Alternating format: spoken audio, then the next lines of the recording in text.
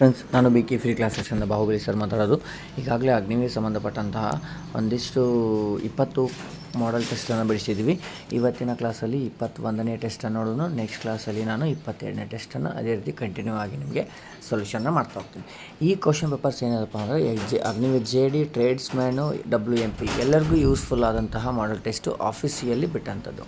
Okay, ಅದೇ ರೀತಿ ಈ ಟೆಸ್ಟನ್ನು ವಿತಿನ್ 15 ಮಿನಿಟ್ಸಲ್ಲಿ ಯಾವ ರೀತಿ ಸೊಲ್ಯೂಷನ್ ಮಾಡಬೇಕು ಅಥವಾ ಯಾವ ರೀತಿ ಒಂದು ಆನ್ಸರನ್ನು ಫೈಂಡ್ ಮಾಡ್ಬೇಕಂತೇಳಿ ನಾನು ಹೇಳ್ತಾ ಹೋಗ್ತೀನಿ. ವಿಡಿಯೋ ಎಂಡ್ವರೆಗೂ ನೋಡಿರಿ. ಅದೇ ರೀತಿ ಪ್ಲೇಲಿಸ್ಟ್ ಓಪನ್ ಮಾಡಿದರೆ ನಿಮಗೆ BK ಫ್ರೀ ಕ್ಲಾಸಸ್ಸಲ್ಲಿ ಎಲ್ಲ ಒಂದು ಸೆಟ್ಗಳು ನಿಮಗೆ ಸಿಗ್ತವೆ. Okay done. ಲೇಟ್ ಮಾಡೋದು ಬೇಡ, ಕ್ಲಾಸನ್ನು ನೋಡಿ ಬಿಡೋಣ. Okay done. ಓಕೆ, ಫಸ್ಟು GKಗೆ ಸಂಬಂಧಪಟ್ಟಂತಹ ಕ್ವಶನನ್ನು ನೋಡಿ. 2023ರಲ್ಲಿ G20 ಸಭೆಯ ಆತಿಥೇಯ ದೇಶ ಯಾವುದು? ಆತಿಥ್ಯವನ್ನು ಹೊಂದಿರುವಂತಹ ದೇಶ ಯಾವುದು ಅಂತೇಳಿ ಭಾರತ. ಆವಾಗಿನ ಒಂದು ಕರೆಂಟ್ ಅಫೇರ್ಸ್. ಅದೇ ರೀತಿ ಪ್ರಿವಿಯಸ್ ಇಯರ್ ಕ್ವಶನ್ಸ್ ಅದಾವ. 2023 ಯಾಕೆ ಕೇಳ್ಯಾರ ಏನು ಬೇಡ. ಈ ಪ್ರೆಸೆಂಟು 2025 ಯಾವುದು ಆತಿಥ್ಯ ಅಂತೇಳಿ ಅದನ್ನು ನೀವು ಕಮೆಂಟ್ ಮುಖಾಂತರ ಹೇಳ್ರಿ, ನೆನಪಿಟ್ಕೋರಿ. ದೆನ್ ನೆಕ್ಸ್ಟು 2023 ನವಂಬರ್ 23ರಲ್ಲಿ ಮನೋರಂಜನ್ ಮಿಶ್ರಾ ಅವರನ್ನು ಹೇಗೆ ಈ ಕೆಳಗಿನ ಯಾವ ಸಂಸ್ಥೆಯ ಕಾರ್ಯನಿರ್ವಾಹಕ ನಿರ್ದೇಶಕರಾಗಿ ನೇಮಿಸಲಾಯಿತು ಅಂತೇಳಿ. ಇದು RBI. ಯಾವುದು? RBI, reserve bank of India. Next November 2023 ಕೆಳಗಿನ ಯಾವ ರಾಜ್ಯವು ಘೋಲ್ ಮೀನನ್ನು ತನ್ನ ರಾಜ್ಯದ ಮೀನವನ್ನಾಗಿ ಮಾಡಿದೆ? Very important. ಯಾವುದು? ಗುಜರಾತ್. 4ನೇ question. My experiments with truth ಪುಸ್ತಕವನ್ನು ಬರೆದವರು ಯಾರು ಅಂತೇಳಿ. ಇದನ್ನು ಬರೆದವರು ಮಹಾತ್ಮ ಗಾಂಧೀಜಿಯವರು. ಈ ಕೆಳಗಿನವುಗಳಲ್ಲಿ ಯಾವುದು ರಂಜಾನ್ ತಿಂಗಳ ಮುಕ್ತಾಯವನ್ನು ಸೂಚಿಸುತ್ತದೆ ಅಂತಂದ್ರೆ ಈದ್-ಉಲ್ ಫಿತರ್. ಯಾವುದು? ಈದ್-ಉಲ್ ಫಿತರ್. ನೆಕ್ಸ್ಟು 5ನೇ ಸಿಖ್ ಗುರುಗಳಾದ ಅರ್ಜುನ್ ದೇವಜಿ ಅವರ ಜನ್ಮಸ್ಥಳ ಈ ಕೆಳಗಿನ ಯಾವ ರಾಜ್ಯದಲ್ಲಿದೆ ಅಂತಂದ್ರೆ ಪಂಜಾಬ್ ರಾಜ್ಯದಲ್ಲಿದೆ. ನೆಕ್ಸ್ಟು 7ನೇ, ಈ ಕೆಳಗಿನವುಗಳಲ್ಲಿ ಯಾವುದು ಯಮುನಾ ನದಿಯ ಉಪನದಿಯಾಗಿದೆ ಅಂತಂದ್ರೆ ಯಾವುದು? ಚಂಬಲ್ ನದಿ. ಓಕೆ ನೆಕ್ಸ್ಟ್ 8ನೇದು, ನರ್ಮದಾ ನದಿಯು ಭಾರತದ ಈ ಕೆಳಗಿನ ಯಾವ ಪರ್ವತದ ಶ್ರೇಣಿಗಳ ನಡುವೆ ಹರಿಯುತ್ತದೆ ಅಂತಂದಾಗ ವಿಂಧ್ಯ ಮತ್ತು ಸಾತ್ಪುರ್ ಶ್ರೇಣಿಗಳ ಮಧ್ಯದಲ್ಲಿ ನರ್ಮದಾ ನದಿ ಹರಿಯುತ್ತದೆ. 2011 ಜನಗಣತಿ ಪ್ರಕಾರ ಬಿಹಾರದ ನಂತರ ಭಾರತದಲ್ಲಿ ಅತಿ ಹೆಚ್ಚು ಜನಸಾಂದ್ರತೆ ಹೊಂದಿರುವಂತಹ 2ನೇ ರಾಜ್ಯ ಯಾವುದು ಅಂತಂದಾಗ ಪಶ್ಚಿಮ ಬಂಗಾಳ.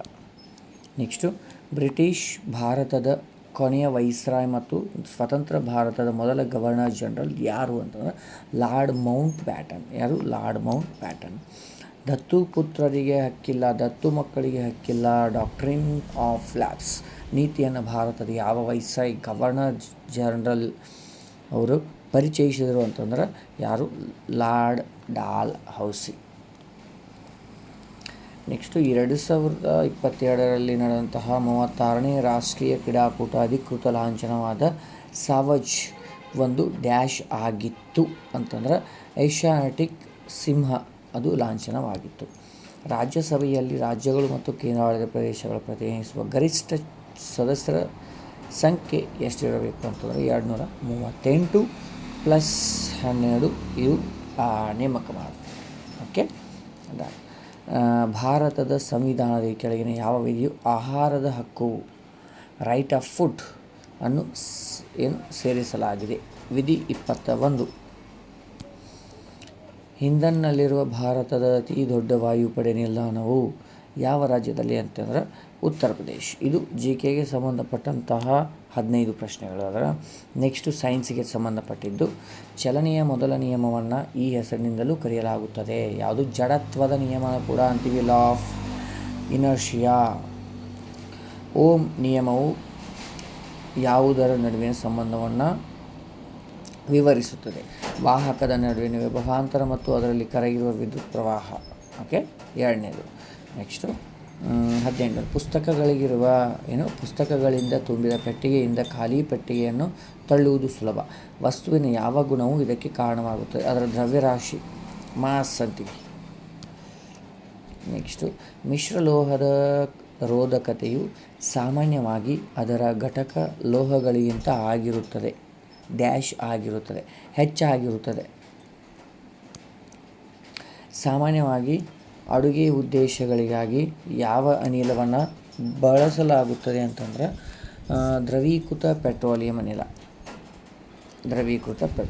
ಅನಿಲ. ನೆಕ್ಸ್ಟು ಮೀಥೇನ್ ಅನಿಲ ದಹನಕ್ಕೆ ಎಷ್ಟು ಆಮ್ಲಜನಕದ ಅಣುಗಳು ಬೇಕಾಗುತ್ತವೆ ಅಂತಂದರೆ ಎರಡು ಬೇಕಾಗ್ತವೆ. ನೆಕ್ಸ್ಟು ಮಿಸೈಲ್ಸ್ ಎಂಬ ಪದವು ಯಾವ ವ್ಯವಸ್ಥೆಯನ್ನು ಸೂಚಿಸುತ್ತದೆ ಅಂತಂದಾಗ ಸಾಬೂನಿನ ಅಯಾನಿಕ್ ತುದಿಯು ನೀರಿನೊಂದಿಗೆ ವರ್ತಿಸುತ್ತದೆ, ಆದರೆ ಕಾರ್ಬನ್ ಸರಣಿಯು ಎಣ್ಣೆಯೊಂದಿಗೆ ವರ್ತಿಸುತ್ತದೆ. Option number 3 is right. 23ನೇದು ಯಾವ ಕೆಳಗಿನ ಆಯ್ಕೆಯು ಡಿಫ್ಯೂಷನ್ ಪ್ರಕ್ರಿಯೆಯನ್ನು ನಿಖರವಾಗಿ ವಿವರಿಸುತ್ತದೆ ಅಂತಂದಾಗ ಇದು 2 ವಿಭಿನ್ನ ರೀತಿಯ ದ್ರವ್ಯದ ಕಣಗಳು ತಾವಾಗಿಯೇ ಪರಸ್ಪರ ಮಿಶ್ರಣಗೊಳ್ಳುವುದು. ನೆಕ್ಸ್ಟು DNA ಮತ್ತು ಪ್ರೋಟೀನ್ ಈ ಕೆಳಗಿನ ಯಾವ ಜೀವಕೋಶದ ಅಂಗದ ಭಾಗವಾಗಿದೆ ಅಂತಂದರೆ ಕೋಶ ಕೇಂದ್ರ.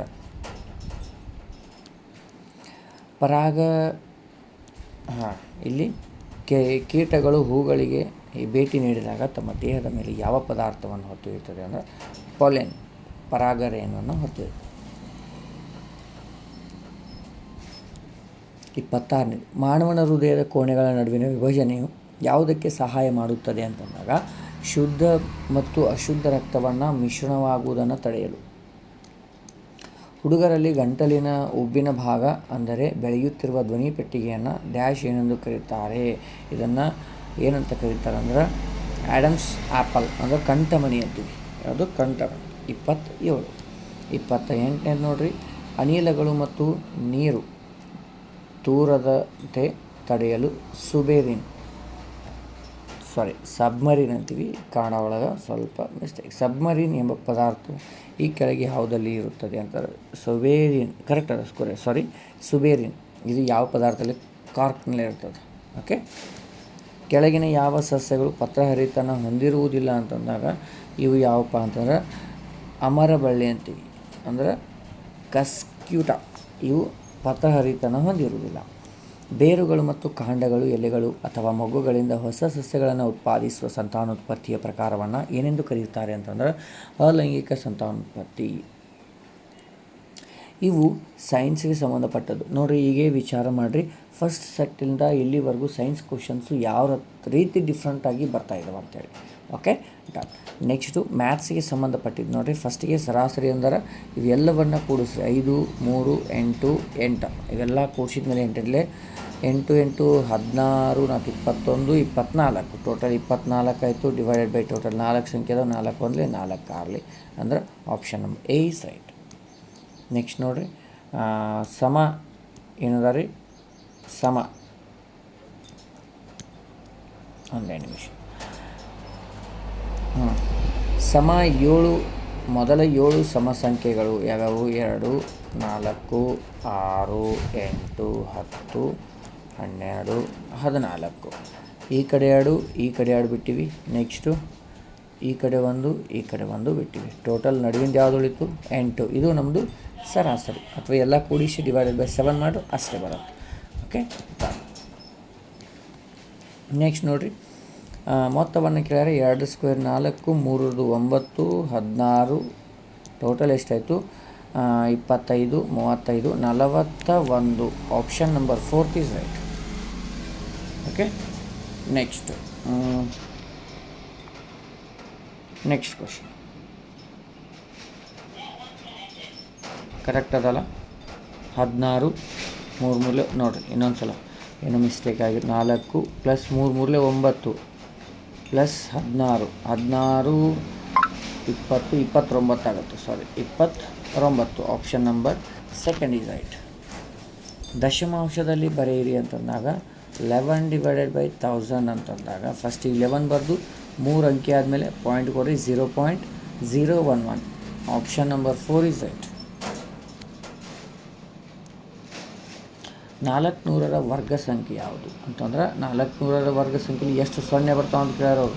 400 ವರ್ಗ ಸಂಖ್ಯೆ ಲಾಸ್ಟ್ 2 ಸೊನ್ನೆ ಅದಾವೆ ಅಂತಂದ್ರೆ ಅವು 4 ಸೊನ್ನೆಗಳಾಗ್ತವೆ. 4 4 16 ಟೋಟಲ್ ಎಷ್ಟು ಸೊನ್ನೆ? 4 ಸೊನ್ನೆಗಳು. 5 ಮತ್ತು 10ರ ಲಸ ಅಂತಂದ್ರೆ 10 ಬರುತ್ತೆ. ನೆಕ್ಸ್ಟು ಒಂದು ಸಂಖ್ಯೆಯ 4ನೇ ಒಂದು ಭಾಗ ಅಂದರೆ ಒಂದು ಸಂಖ್ಯೆಯ 4ನೇ ಒಂದು ಭಾಗ 6 ಆಗಿದೆ ಅಂತಂದಾಗ 6 ಇಂಟು 4 ಅಂದ್ರೆ 1/4 ಎಷ್ಟು 6 ಆಗೈತೆ ಅಂದರೆ ಎಷ್ಟಾಯಿತು ಟೋಟಲ್ 24. ಅದೇ ಸಂಖ್ಯೆಯ 4ನೇ 3 ಭಾಗ ಎಷ್ಟು ಅಂತಂದಾಗ 4ನೇ 3 ಭಾಗ ಅಂದ್ರೆ ಟೋಟಲಿ 24 ಅದ. ಇದ್ರದ್ದು 4ನೇ 3 ಭಾಗ ಅಂದ್ರೆ 3/4. 4 ಒಂದಲೇ 4 ಆರಲಿ 6 ಮೂರಲೆ ಎಷ್ಟು 18. ಇಷ್ಟೇ ಸಿಂಪಲ್ಲಾಗಿ ಮಾಡ್ತಾ ಹೋಗ್ಬೇಕು. 18 option number second is right. Next 300 ಮತ್ತು 250 ಸರಳೀಕರಣ ಅಂತಂದಾರೆ ಅವರು. ಅಂದ್ರೆ ಅನುಪಾತದಲ್ಲಿ ಕೊಟ್ಟಾರ ಈ 0 5 5 6 ಅಂದರೆ 6:5 ಫೈನಲ್ ಆನ್ಸರ್. ಒಬ್ಬ ವ್ಯಕ್ತಿಯು ಮಾಸಿಕ ವೇತನ 8,000 ಆಗಿದೆ. ಅವನು ಪ್ರತಿ ತಿಂಗಳು 6,400 ಖರ್ಚು ಮಾಡಿದರೆ ಮಾಸಿಕ ವೇತನ ಎಷ್ಟು 8,000. ಉಳಿತಾಯ ಎಷ್ಟು ಅಂತಂದಾಗ ಇದ್ರ ಒಳಗೆ ಇದನ್ನು ಮೈನಸ್ ಮಾಡಿದ್ರೆ ಎಷ್ಟು ಉಳಿತದ 1,600 ಉಳಿತದೆ. ಇದು ಉಳಿತಾಯ. ಈ ಕಡೆ 3 0 ಈ ಕಡೆ 3 0 ಎರಡು ಎಷ್ಟಲ್ಲೇ ಹೊಡಿತೀರಿ ಈ ಕಡೆ 1,600 ಅದ. ಸಾರಿ 16,000 ಬರ್ತೀನಿ ನೋಡ್ರಿ. ಇದು 1,600 ಅಂದರೆ ಈ ಕಡೆ 2 0 ಈ ಕಡೆ 2 0 ಈ ಕಡೆ ಎಷ್ಟಪ್ಪ ಅಂತಂದ್ರೆ 16 1 16 5 80. 5:1 option number 4 is right. Next Aishwarya ಒಂದು ಕೆಲಸವನ್ನು 6 ದಿನಗಳಲ್ಲಿ ಪೂರ್ಣಗೊಳಿಸಬಲ್ಲಳು ಮತ್ತು ರಾಣಿ ಅದೇ ಕೆಲಸವನ್ನು 18 ದಿನಗಳಲ್ಲಿ ಪೂರ್ಣಗೊಳಿಸಬಲ್ಲಳು. ಐಶ್ವರ್ಯ ಮತ್ತು ರಾಣಿ ಇಬ್ಬರು ಒಟ್ಟಿಗೆ ಕೆಲಸ ಮಾಡಿದರೆ ಆ ಕೆಲಸವನ್ನು ಮುಗಿಸಲು ಎಷ್ಟು ದಿನಗಳು ಬೇಕಾಗ್ತವೆ ನೋಡ್ರಿ. ಐಶ್ವರ್ಯ ಅವರು 6 ದಿನ, ಅದೇ ರೀತಿ ಇನ್ನೊಬ್ರು ಯಾರು ರಾಣಿ 6 ಅವರು 18 ದಿನ. ಎರಡದು LCM ತೆಗಿರಿ 18 ಬಂತು. ಆಮೇಲೆ 6 3 18 18 1 ಟೋಟಲ್ ಎಷ್ಟು ಕೆಲಸ 18 ಕೆಲಸವನ್ನು 4 ಪಾರ್ಟ್ ಆಗಿ ಇಬ್ಬರು ಸೇರಿ ಮಾಡತ್ತಾರ ಅಂದರೆ ಎಷ್ಟು 18/4 ಅಂತಂದಾಗ 4 1 4 4 16 2 ಉಳಿತು 0.0 4 5 20 4.5 ದಿನಗಳು ಎಷ್ಟು 4.5 ದಿನಗಳು. Option number second is right. Okay next ಆಯತದ ಉದ್ದವು 15 ಮೀಟರ್ ಮತ್ತು ಕರ್ಣವು 17 ಆಗಿದ್ದರೆ ಆಯತದ ಸುತ್ತಳತೆ ಎಷ್ಟು. ಆಯತ ಅಂದರೆ ಇಲ್ಲಿ ಒಂದು ಆಯತ ಚಿತ್ರವನ್ನು ತೆಗಿತೀನಿ ನೋಡ್ರಿ. ಆಯತ ಇದು ಕರ್ಣವನ್ನು ಕೊಟ್ಟಾರ. ಅದೇ ರೀತಿ ಇನ್ನೊಂದು ಯಾವುದು ಇದು ಕರ್ಣ 17 ಇದು 15 ಕೊಟ್ಟಾರ. ಇದು ನನಗೆ ಗೊತ್ತಿಲ್ಲ, ಇದನ್ನು ಕಂಡುಹಿಡಿಬೇಕು ನಾನು. ಪೈಥಾಗೋರಸ್ ಥಿಯರಮ್ ಹಾಕ್ತೀವಿ. ಇಲ್ಲಿ ABC ನನಗೆ ಇನ್ನೊಂದು ಲೆಂತ್ ಬೇಕಾಗೈತಿ. ಬಿ ಅಂದರೆ ಏನು AB ಬೇಕಾಗಿತ್ತಲ್ಲ. AB = ಏನು ಬರ್ತಪ್ಪ ಅಂತಾರೆ √15 -17² ಪೈಥಾಗೋರಸ್ ಥಿಯರಮ್. 17² ಎಷ್ಟು 289 -225 ಹೌದಾ. 225 ಮೈನಸ್ ಮಾಡಿದರೆ ಎಷ್ಟು ಬಂತು. ಇದು ರೂಟ್ ಇರುತ್ತೆ √64 ಅಂದರೆ ಎಷ್ಟು 8 ಬಂತು. ಈಗ ನಾ ಏನು ಮಾಡಬೇಕು ಸುತ್ತಳತೆ ಕಂಡುಹಿಡಿಬೋದು. ಸುತ್ತಳತೆ perimeter = 2 times of L + B. L ಗೊತ್ತದ ನನಗೆ ಎಷ್ಟದ ಕೊಟ್ಟಾರ 15 ಅದ ಪ್ಲಸ್ B ಅಂದರೆ ಎಷ್ಟದ 8 ಅದ. ಎರಡು ಕೂಡಿಸ್ರಿ ಎಷ್ಟು ಬಂತು 2 × 23 ಅಂದರೆ ಎಷ್ಟು ಬಂತು 46 metre. Option number 4 is right. Very important. Simple ಇರ್ತವೆ ನೀವು ಮಾಡುವಂಥದ್ದು. ಒಂದು ಭಾಳ ಸಿಂಪಲ್ಲು. ಮೈಂಡು ಆರಾಮ್ ಕೂಲಾಗಿ ಇಟ್ಕೊಂಡು ವಿಚಾರ ಮಾಡ್ಬೇಕಷ್ಟೆ. Okay done. 42ನೇ ಕ್ವಶನ್. ಒಂದು ಸಂಖ್ಯೆಯ ಅದರ 5ನೇ 2 ಭಾಗ ಅಂದರೆ 5ನೇ 2 ಭಾಗ ಅಂದ್ರೆ 2/5 ಅದರ ಅಂದರೆ ಎಕ್ಸು. ಒಂದನೇ ಸಂಖ್ಯೆ ಎಷ್ಟಿದೆ. ಈಗ ನಾ ಫಸ್ಟಿಗೆ ಎಷ್ಟು ಬಂದಾಗ ಏನು ಮಾಡ್ತೀನಿ LCM ತೆಗಿತೀನಿ. ಇದ್ರದ್ದು 5 ಬಂತ ಇಲ್ಲಿ ಇಂಟು 5 ಮಾಡ್ತೀವಿ, ಇಲ್ಲಿ ಇಂಟು 1 ಮಾಡ್ತೀನಿ. ಅಂದರೆ ಎಷ್ಟಾಯಿತು 5x ಆಮೇಲೆ 2x 7x ಆತ ಹೌದಾ. ಇವುಗಳ ಮೊತ್ತ ಎಷ್ಟು ಅಂದ್ರೆ 63 ಹೌದಾ. ಈಗ ನಾ 5 ಈ ಕಡೆ ತೊಗೊಂಡ್ರೆ ಮಲ್ಟಿಫಿಕೇಷನ್ ಆಗುತ್ತೆ. 65 × 3 ಎಕ್ಸನ್ನು ಇಲ್ಲಿ ಇಟ್ಕೋರಿ. ಎಕ್ಸ್ ಇಟ್ಕೊಂಡು ಇಲ್ಲಿ 63 × 5 ಅಂದ್ರೆ 65 ಅಂದ್ರೆ 315 / 7 ಈ ಕಡೆ ಬಂದರೆ /7 ಬಂದಲೇ 7 4 28 7 5 35 ಅಂದ್ರೆ x = ಎಷ್ಟಪ್ಪ ಅಂತಾರೆ 45. Option number 3 is right.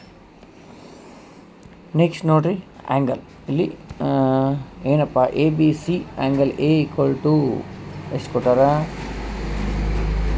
ಕೊಟ್ಟಿಲ್ಲ, ಬಿ ಈಕ್ವಲ್ ಟು 72 ಕೊಟ್ಟಾರ. Angle A and angle B ಎರಡು ಸೇಮ್ ಅದಾವೆ, 72 ಡಿಗ್ರೀಸ್. ಓಕೆ, ಹಾಗಾದರೆ ಆ್ಯಂಗಲ್ ಸಿ ಎಷ್ಟು ಅಂತಂದಾಗ ಈಗ ಟೋಟಲ್ ನಂದು ಒಂದು ತ್ರಿಭುಜದ ಒಟ್ಟು ಮೊತ್ತ 180, ಅದರೊಳಗೆ ಒಂದು 71 ಅದ, ಇನ್ನೊಂದು 71, ಎರಡು ಮೈನಸ್ ಮಾಡ್ಬೇಕು ನಾ ಈಗ. ಅಂದ್ರೆ 180 ಮೈನಸ್ 144 ಅಂದ್ರೆ ಎಷ್ಟು ಉಳಿತು? ಈ ಕಡೆ 4 ಅಂದ್ರೆ 6, ಈ ಕಡೆ 3, 36 ಡಿಗ್ರಿ ಇನ್ನೊಂದು ಸಿ ಕೋನದ ಅಳತೆ. ಓಕೆ, 225ರ ಶೇಕಡ 20 ಅಂತಂದಾಗ ಶೇಕಡ 20. ಈ 0 2 1 2 5 5 1 5 4 20 5 25 ಅಂದರೆ 45 ಲೀಟರ್ಸ್. ಓಕೆ, ಇದೇನಪ್ಪ ಅಂತಂದ್ರೆ ಅದು 20%. ನೆಕ್ಸ್ಟ್ 45 ಹಾಲಿನ ಬೆಲೆಯು ಪ್ರತಿ ಲೀಟರ್ಗೆ 50ರಿಂದ 60ಕ್ಕೆ ಏರಿಕೆಯಾಗಿದೆ. ಅಂದರೆ ಎಷ್ಟು ಹೆಚ್ಚಾಗೈತಿ? 10 ರೂಪಾಯಿ ಹೆಚ್ಚಾಗೈತಿ. ಏರಿಕೆಯಾದರೆ ಹಾಲಿನ ಬೆಲೆ ಆದ ಶೇಕಡಾವಾರು ಎಷ್ಟು? ಅಂದರೆ 50ಕ್ಕೆ ಎಷ್ಟು ಹೆಚ್ಚಾಗ್ಯದ? 10 ಆಗೈತೆ. 100ಕ್ಕೆ ಎಷ್ಟು? ಈ 0 5 1 5 2 10 2 ಎಷ್ಟು? 20% ಹೆಚ್ಚಾದಂಥದ್ದು ಟೋಟಲು. ಓಕೆ, ಇದು ನಿಮಗೆ ಮ್ಯಾಥ್ಸ್ಗೆ ಸಂಬಂಧಪಟ್ಟಂತಹ 15 ಪ್ರಶ್ನೆಗಳು. ಇನ್ನು 5 ರೀಸನಿಂಗ್ ಸಂಬಂಧಪಟ್ಟಂತಹ ಪ್ರಶ್ನೆಗಳನ್ನು ನೋಡಿರಿ. ಇಲ್ಲಿ ಅಂಕ್ಯಾರ ಬಲಬದಿಯಿಂದ 18ನೇ ಸ್ಥಾನದಲ್ಲಿರುವ ಅಕ್ಷರ ಯಾವುದು ಅಂತಂದಾಗ ಏನು ಸ್ಮಾರ್ಟ್ 1 2 3 4 5 6 7 8 9 10 11 12 13 14 15 16 17 18 ಅಂದರೆ ಯಾವುದು? I. Option number 3 is right.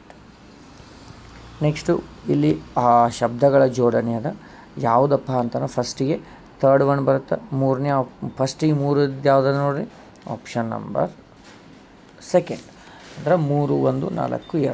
ನಾವು ಎಲ್ಲ ಕಂಪೇರ್ ಮಾಡೋಂಗಿಲ್ಲ, ಫಸ್ಟ್ ಯಾವ್ದು ಬರ್ತದೆ ಲೆಟ್ರು ಅದು ಎಲ್ಲ ಆ ನಂಬರ್ ಫಸ್ಟ್ ಯಾವ ಆಪ್ಷನ್ ಆಗದ ಅದು ಫೈನಲ್ ಆನ್ಸರ್. ನೆಕ್ಸ್ಟು 48. ಇಲ್ಲಿನೂ ಸೇಮ್ ಅದೇ ಥರ ಅದ, ಫಸ್ಟಿಗೆ ಎಚ್ ಬರ್ತದೆ ಅಂದರೆ ಮೂರನೇದು. ಅಂದರೆ ಇಲ್ಲಿ ಕೂಡ ಫಸ್ಟ್ 3 ಎಲ್ಲಿ ಅದ ನೋಡಿರಿ? ಆಪ್ಷನ್ ನಂಬರ್ 4 ಇತ್ತು. ಇಷ್ಟೇ, ಮುಂದೆ ಮಾಡುವಂಥ ಅವಶ್ಯಕತೆ. ಫಸ್ಟ್ ಯಾವ್ದು ಬರ್ತದೆ, ಲಾಸ್ಟ್ ಯಾವ್ದು ಬರ್ತದೆ, ಅಷ್ಟರ ಮೇಲೆ ನಮ್ಮದು ಆನ್ಸರ್ ಸಿಕ್ಬಿಡತ್ತೆ. 49ನೇ ಕ್ವಶನ್ ಅದು ಕೂಡ ಅದೇ ರೀತಿ ಅದ ನೋಡಿರಿ. ಫಸ್ಟಿಗೆ ನಾನು ಯಾವ್ದು ಬರುತ್ತೆ? ಜಿ ಬರುತ್ತೆ. ಫಸ್ಟ್ 2 ಎಲ್ಲಿ ಅದ ನೋಡಿರಿ? Option number first is right. ಇಷ್ಟೇ ಕ್ವಶನ್. ನೆಕ್ಸ್ಟು 50ನೇದು ಇಲ್ಲಿ ನೋಡಿರಿ. ಫಸ್ಟಿಗೆ ಯಾವುದರ ಒಂದು ಶಬ್ದವನ್ನು ನೋಡಿರಿ ಏನು ಮಾಡ್ಯಾರ? DK23 HO27 ಅಂತ ಮಾಡ್ಯಾರ. ಹೌದಾ? ಇಲ್ಲಿಗೆ ಗ್ಯಾಪ್ ಎಷ್ಟದ? 4 ಅದ. ಅದೇ ರೀತಿ ಅವ್ರು ಮಾಡಕ್ಕೆ ಕೊಟ್ಟಿದ್ದು ಯಾವ್ದು ನಮಗೂ? GM34. 34ರಿಂದ 4 ಗ್ಯಾಪ್ ಅಂತಂದ್ರೆ 38 ಬರ್ಬೇಕು ಲಾಸ್ಟಿಗೆ. 38 ಎಲ್ಲೆಲ್ಲದ? ಇಲ್ಲಿಲ್ಲ, ಇಲ್ಲಿ ಇಲ್ಲ, ನನಗೆ ಬರೋದು ಇವೆರಡು. ಇದ್ರೊಳಗೆ ಫಸ್ಟ್ ಲೆಟ್ರ್ ನೋಡಿ, ಇಲ್ಲಿಂದ ಇಲ್ಲಿಗೆ ಡಿ ಇದ್ದದ್ದು ಹೆಚ್ಚಾಗೈತೆ. ಅಂದರೆ ಎಷ್ಟು ಗ್ಯಾಪ್ ಅದಪ್ಪ? +4. ಅದೇ ರೀತಿ ನಾನು ಇದಕ್ಕೂ ಕೂಡ +4 ಮಾಡ್ತೀನಿ. ಜಿ ಆದಮೇಲೆ +4 ಮಾಡಿದ್ರೆ GHIJK.